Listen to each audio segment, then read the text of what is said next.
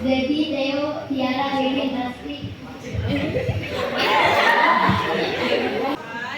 Rekoleksi pelajaran Takai. Oke. Kita berdoa. Katolik semua di sini?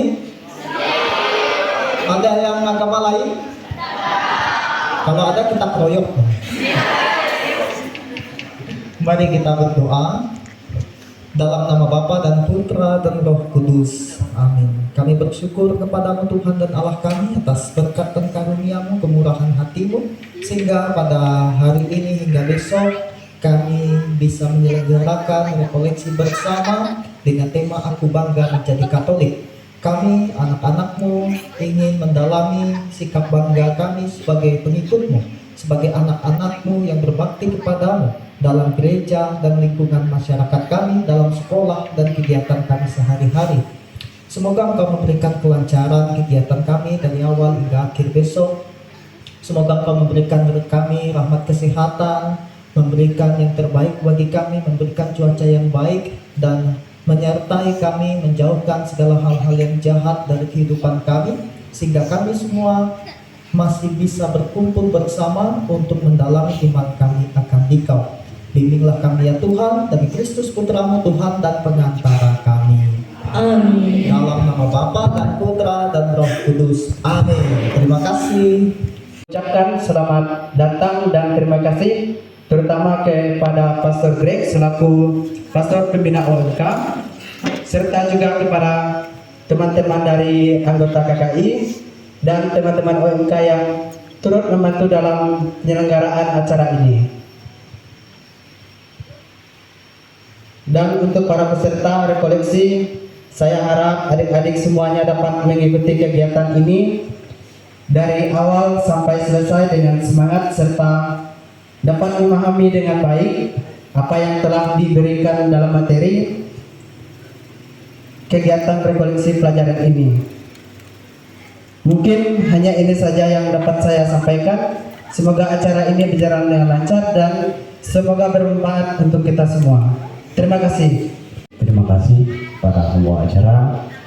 Pertama-tama yang terhormat Pastor Paroki yaitu Pastor Gregory Siko. Yang saya hormati semua rombongan dari Sanggau. Mungkin saya belum kenal semua, yang penting rombongan itu aja, OMK terutama. Dan juga untuk adik-adikku yang kusayangi, yang kucintai, salam hormat saya dari sebagai pemimpin umat di stasi ini. Terima kasih atas partisipasi adik-adik, terutama yang SMP dari kelas 1 sampai kelas 3, yang SD kelas 6. Jadi terima kasih atas kedatangan kalian, dan saya mohon dengan kegiatan ini, karena ini baru pertama kalinya kegiatan kita pelajar SD dengan SMP, ya. Jadi saya mengharapkan,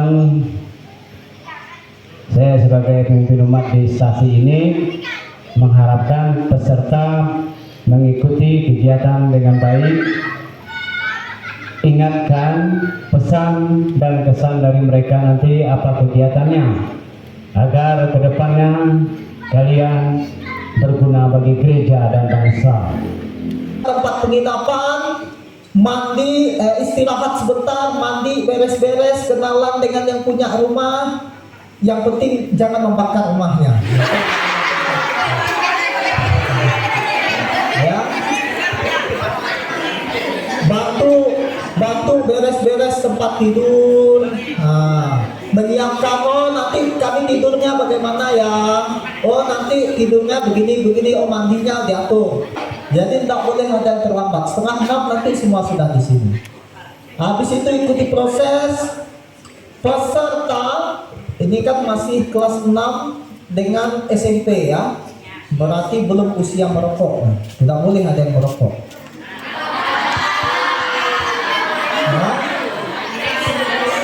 Nah, SMP tidak boleh. Anak Katolik SMP itu namanya masih remaja Katolik. Itu belum masuk OMK sama sekali. Belum cari duit sendiri. Apa namanya, paru-parunya masih lemah. Nanti mudah mati nanti. Ya, supaya itu, jadi tidak boleh. Apalagi bawa tampil anak, tidak boleh. Ya, jangan lalu setengah 6 pastor suruh kembali sini dong. Mabuk. Ya, lalu ikuti semua aturan yang ada, ikuti kakak-kakak pendampingnya, ikuti prosesnya. Ya namanya tadi aku bangga jadi Katolik. Nah kita tunjukkan bahwa memang kita anak Katolik, gitu ya.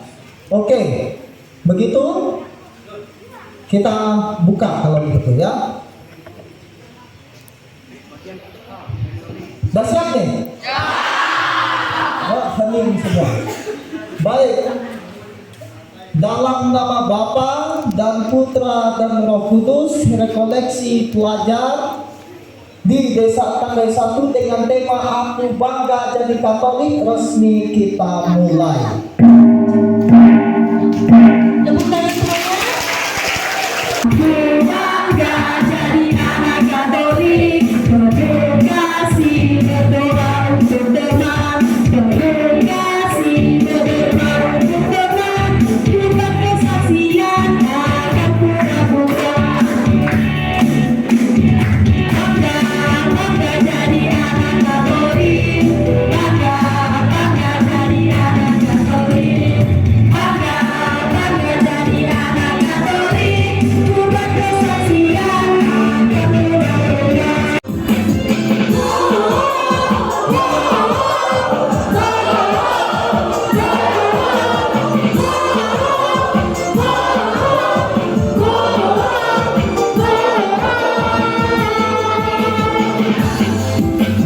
Di hati ini ada cinta, di mata ini ada cinta, di mulut ini ada cinta, di tangan ini ada cinta.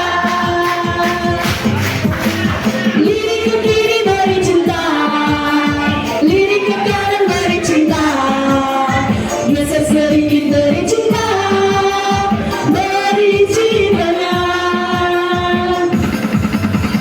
Putar-putar bagi cinta, cinta Yesus yang ku bagikan.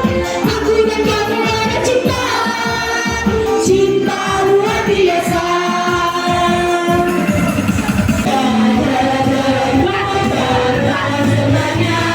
Sembilan hari,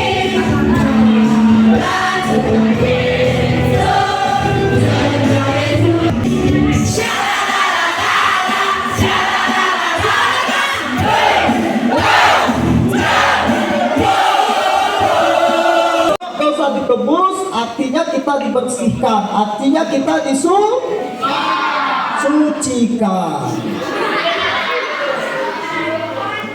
Ya, suci artinya kurang dosa.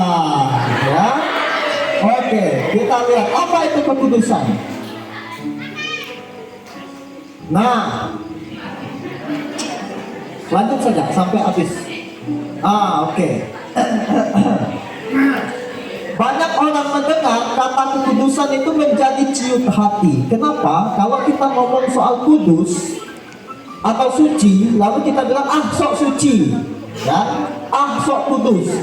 Kalau kita tadi aku bangga jadi Katolik, kita sebagai anak Katolik pergi ke sekolah, di ruang kelas itu ada orang agama lain, lalu kita berdoa tanda salib, Bapa dan Putra dan Roh Kudus, amin. Lalu ada orang bilang, sok kudus kamu, sok suci kamu, modus. Apalagi kalau kita pergi ke pasar,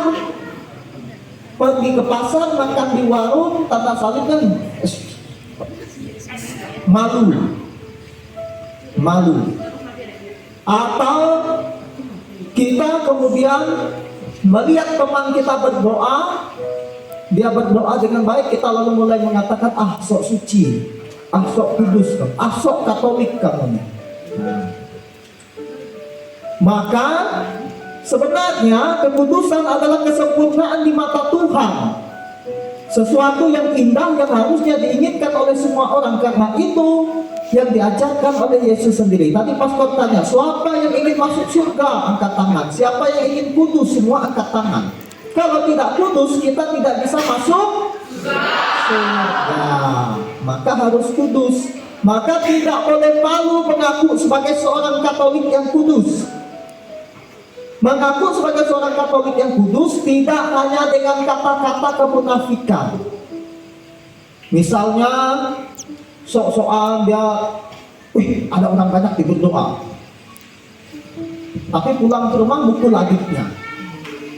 Pulang ke rumah tidak mau mendengarkan orang tuanya, tidak mau bantu nyuci piring, tidak mau bantu nyuci pakaian, tidak mau bantu bersih-bersih rumah. Tapi kalau ada orang melihatnya, dia pura-pura berdoa.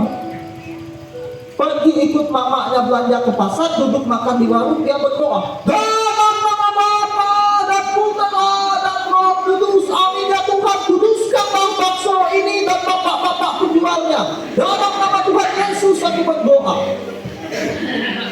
Itu namanya sok kudus, sok suci, munafik. Ya biasa saja, hari Minggu datang ke gereja, sembahyang, mau berdoa bangun pagi berdoa dulu, mau makan berdoa dulu, mau pergi berdoa. Pastor nih kebiasaan kalau malah tanda salibnya tuh overdosis. Misalnya pakai kendaraan mobil, berangkat tanda salib, singgah kencing, berangkat nanti tanda salib lagi, singgah belanja, berangkat ke tanda salib lagi. Ya merasa saja bahwa kita ini dilindungi oleh Tuhan. Nah, apakah itu sok suci? Enggak, biasa saja. Percaya. Itu orang yang kudus, tidak sok-sokan. Nah, lanjut. Nah, karena kekudusan itu adalah ciri khas Tuhan. Kita di sini orang Katolik semua? Yakin?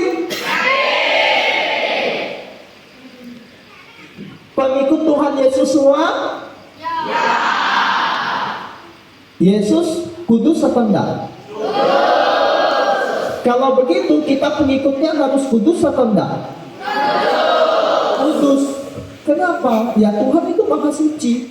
Bagaimana mungkin kita yang berdosa bisa ikut Tuhan yang suci? Ya kita juga harus suci. Kita juga harus kudus. Nah, lanjut. Arti kekudusan. Ini panjang nih. Coba asal katanya kekudusan artinya dipisahkan. Kekudusan itu artinya ini dunia ini kan luas. Kita orang Katolik ini dipilih oleh Allah, dikhususkan sendiri untuk Allah. Nah, maka tadi aku bangga jadi Katolik karena aku bangga menjadi umat pilihan. Kita ini istimewa karena dipilih oleh Tuhan. Enggak pastor, saya dibaptis karena mama saya, kok karena bapak saya Katolik, makanya saya dibaptis. Iya, tapi karena Roh Kudus yang bekerja. Roh Kudus bekerja atas diri kita yang menggerakkan hati kita untuk mau dibaptis, yang menggerakkan hati orang tua kita untuk mau membaptis kita. Itu panggilan dari Tuhan. Jadi bukan sembarangan. Tidak semua orang. Pastor, Tuhan Yesus kan memanggil semua orang. Iya, memang kebaikan itu untuk semua orang, tapi untuk mereka yang mau terbuka pada Yesus. Kalau kita tidak mau terbuka, tidak bisa. Nah, kita yang mau terbuka inilah yang dipilih oleh Allah, yang dikuduskan oleh Allah, yang dikhususkan oleh Allah untuk menjadi anak-anak angkatnya. Anak angkat berarti kita menjadi ahli waris. Ahli waris apa? Ahli waris kerajaan surga. Nah, lanjut. Nah, ini sudah pasti kekudusan itu kehendak Allah bagi semua orang. Kalau Allah tidak menghendaki kita kudus, tidak mungkin Dia mau rela mati untuk menebus dosa kita. Maka kekudusan ini kehendak Allah bagi semua orang. Tapi tidak semua orang mau menanggapinya. Nah, kadang-kadang kita ini ngaku Katolik, tapi kita ini Katolik KTP. Katolik KTP. Nah, tahu kasus-kasus viral baru-baru ini yang pengeroyokan terhadap 2 pastor, tahu? Belum tahu? Oh, agak primitif juga. Ya, baru-baru ini, hari ini hari Sabtu ya. Hari ini mereka sedang sidang adat di Ambawang karena 2 orang pastor kita yang bertugas di paroki Toba, Teraju, itu dikeroyok oleh 4 pemuda ketika pulang dari Pontianak menuju Sanggau.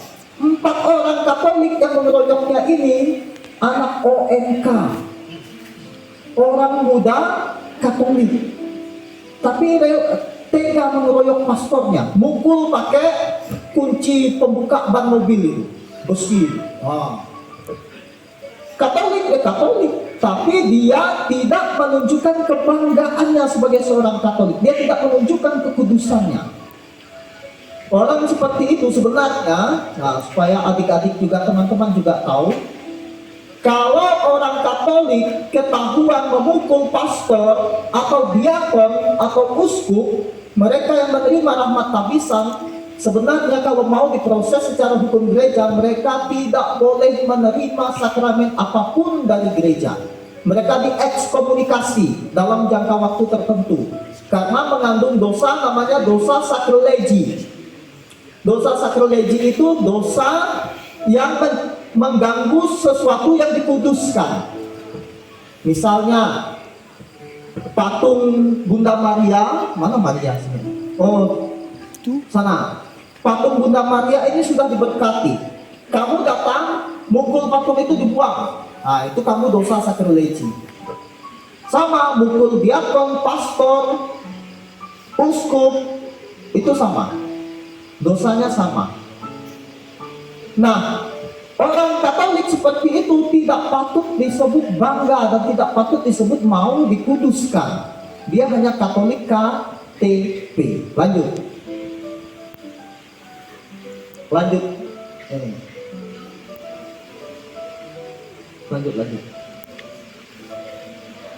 Nah, kekudusan orang Katolik ini nampaknya di mana? Pertama, nampak dalam hubungan dia dengan Allah.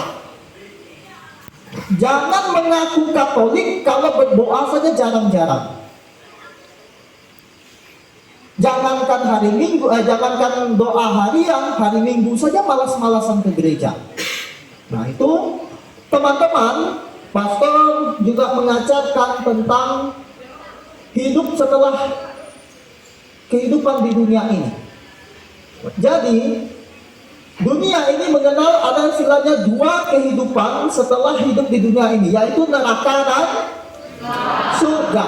Tapi orang Katolik mengenal ada 3 kehidupan dunia: surga, neraka, dan api pencucian. Bagaimana kejelasannya? Nah, ini terkait kekudusan. Kalau kita meninggal sebagai seorang Katolik yang taat, walaupun mungkin kita ini sudah berusaha, tapi kadang-kadang masih ada sisa-sisa dosa dalam hidup kita. Misal, nah yang sering pastor kasih contoh, kalau kain putih ini, mana kain putih? Enggak ada.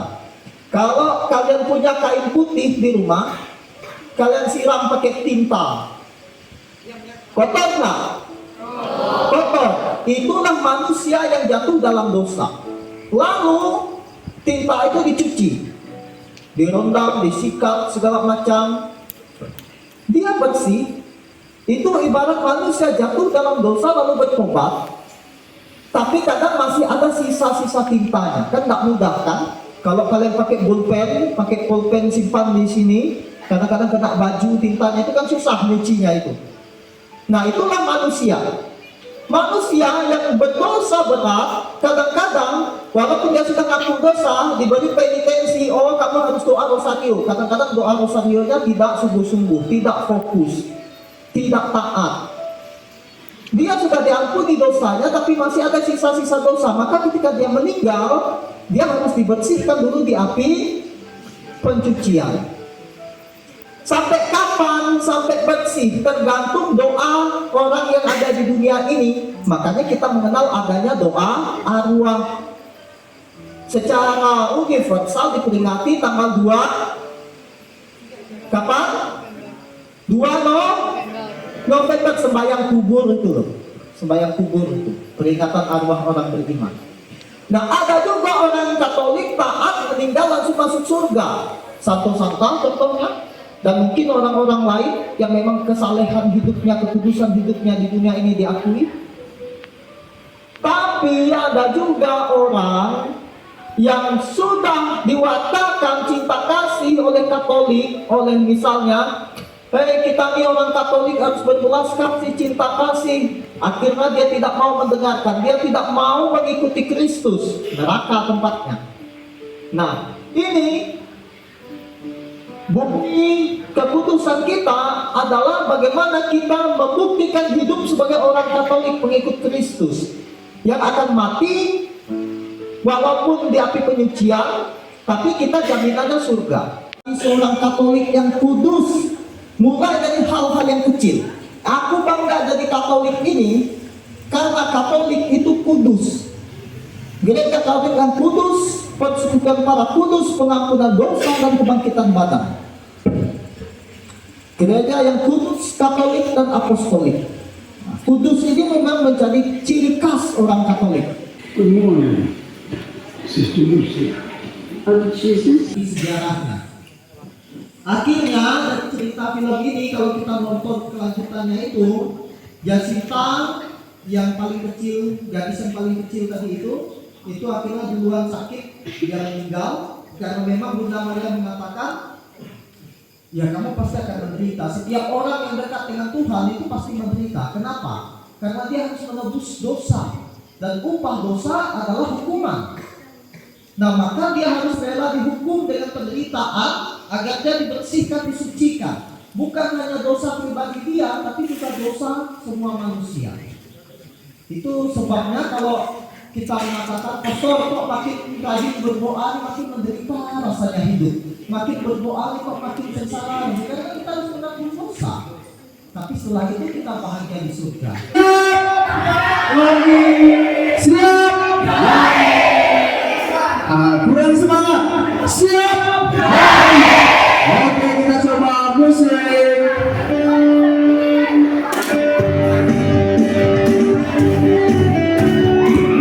Bebas, masih bebas. Oke.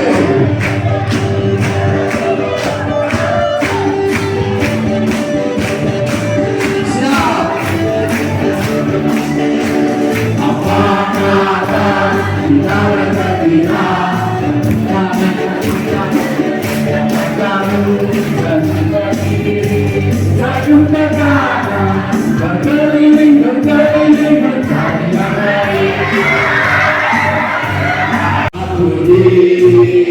Berkati sepanjang hidupku diberkati, mulai dari bangun pagi, siang berganti malam aku diberkati. Aku diberkati lebih keras. Aku diberkati sepanjang hidupku diberkati, mulai dari bangun pagi, siang berganti malam aku diberkati. Kaki, kaki.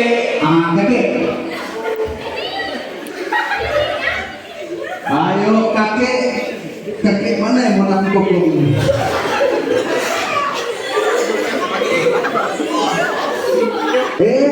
Kakek ketawa, hati-hati serangan jantung. Ayo foto kakek. Ayo anompong giginya nih. Kakek ada yang bergerak. Sayang jadi saya dapat hadiah tadi nih. Nampak gigi ya, awas. Kawan aku di belakang.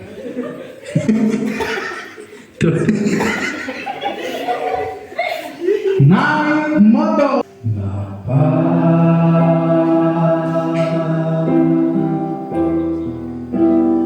Ku berterima